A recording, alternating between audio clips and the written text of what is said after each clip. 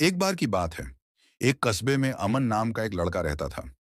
अमन होशियार था, लेकिन उसकी सबसे बड़ी कमजोरी थी काम को कल पर टालना। अमन हमेशा कहता, अभी नहीं, कल कर लूंगा, अभी बहुत समय है। इसी आदत की वजह से वह न तो पढ़ाई पर ध्यान देता था और न ही अपने सपनों पर। उसके माता पिता अक्सर समझाते, बेटा समय बहुत तेजी से निकलता है, जो आज नहीं किया वह कल बोझ बन जाता है। लेकिन अमन उनकी बातों को हल्के में लेता। शहर की दौड़ और वही पुरानी आदतें पढ़ाई के लिए अमन बड़े शहर गया। शुरुआत में उसने सोचा, अब मैं बदल जाऊंगा। लेकिन कुछ ही दिनों में देर से उठना, मोबाइल चलाना, सोशल मीडिया स्क्रॉल करना, दोस्तों के साथ समय बर्बाद करना, यही उसकी दिनचर्या बन गई। धीरे धीरे उसके दोस्त आगे बढ़ने लगे और अमन पीछे रह गया। एक मुलाकात जिसने जिंदगी बदल दी। एक दिन बहुत निराश होकर अमन पार्क में बैठा था। वहीं उसने एक बूढ़े माली को देखा, जो रोज पौधों की देखभाल करता था।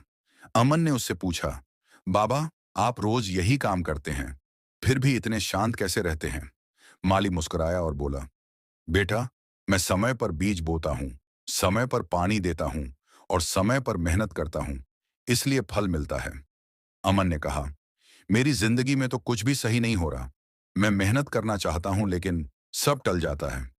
माली की सीख देने वाली कहानी। माली ने कहा, मैं तुम्हें एक कहानी सुनाता हूं। एक गांव में दो किसान रहते थे, रमेश और सुरेश। दोनों के पास एक जैसी जमीन थी, एक जैसा बीज था और एक जैसा मौका भी। रमेश रोज सुबह खेत जाता, समय पर हल चलाता, पानी देता और मेहनत करता। सुरेश कहता, आज नहीं कल बोऊंगा, अभी धूप तेज है। कभी कहता, आज मन नहीं है। समय बीतता गया, मौसम बदल गया। जब फसल का समय आया, रमेश का खेत हरा भरा था और सुरेश का खेत खाली। सुरेश रोता हुआ बोला, किस्मत ने साथ नहीं दिया। लेकिन सच्चाई यह थी कि किस्मत नहीं, समय ने उसका साथ छोड़ा था। अमन को हुआ एहसास। माली की कहानी सुनकर अमन की आंखें खुल गईं। उसे समझ आ गया कि वह भी सुरेश की तरह हर मौके को कल पर टाल रहा था। उसने माली को धन्यवाद दिया और उसी दिन फैसला किया, मोबाइल का समय कम, पढ़ाई का समय तय, हर काम आज। अभी मेहनत का फल। शुरुआत में मुश्किल हुई, मन भटका, लेकिन अमन रुका नहीं। धीरे धीरे उसकी आदतें बदलीं।